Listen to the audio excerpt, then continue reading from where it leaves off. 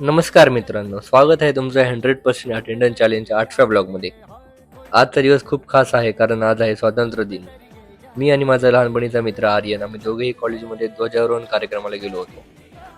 प्रमुख पाहुण्यांचे भाषण झाले आणि त्यांनी त्यांच्या आयुष्यातील काही प्रेरणादायी किस्से सांगितले. त्यानंतर दरवर्षी ठरल्याप्रमाणे देश रंगीला आणि इतर गाण्यांवर डान्स परफॉर्मन्स झाले.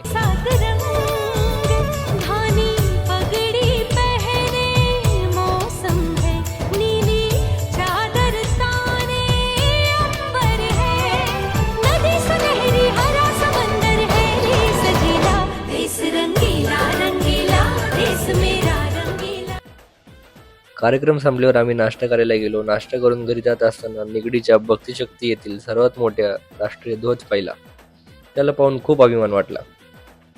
अशा प्रकारे आजचा ब्लॉग इथेच संपूया आणि उद्या भेटूया नवीन व्हिडिओमध्ये. धन्यवाद.